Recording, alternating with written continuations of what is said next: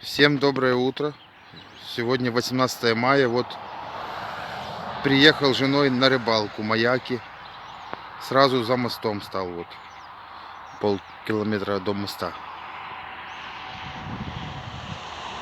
Вот взяли 2 спиннинга по спиннингу.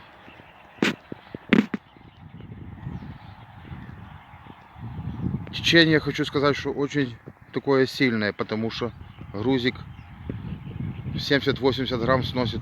Хорошо прям спиннинги натягиваются. Ну что хочу сказать, что очень много мусора люди оставляют. Вот, если пройти здесь, увидеть. Вот такой вот постоянно остается вот.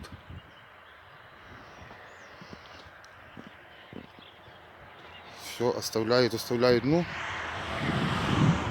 в конце рыбалки попробуем пособирать, хоть что-то вывести отсюда. Кто-то забыл вон обувь. Вот так вот все в мусоре. Вот так вот просто вот оставили, собрали и все. И так практически все побережье Днестра в маяках. Вот просто вот везде мусор этот, везде. Там валяется, там валяется. Кто-то сковороду забыл даже. Ну, попробуем что-то собрать сегодня. Ну, пока еще поклевок не было. Вот. Пока ждем.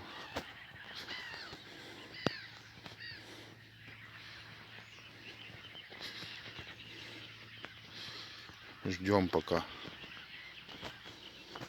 Вон садок, сапоги сухие. Так что будем надеяться, что сегодня что-то споймаем.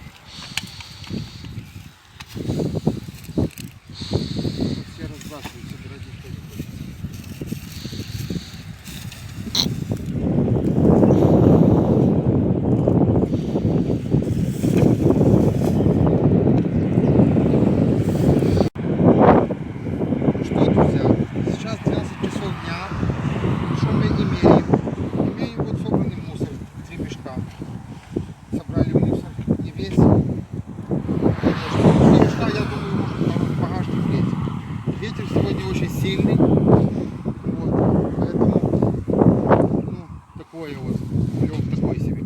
Ну, как у кого, конечно. Вот. Да, что мы имеем? Ну, идем посмотрим.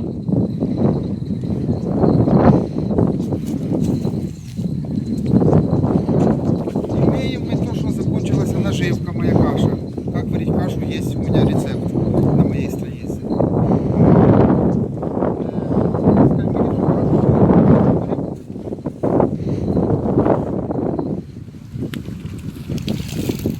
Норма вылова у нас 3 килограмма на человека, мы ловили вдвоем, так что вот как раз ровно 6 килограмм. Имеем, поэтому сворачиваемся, рыбу чистим, едем домой. Так что подписывайтесь на мой канал, всем пока.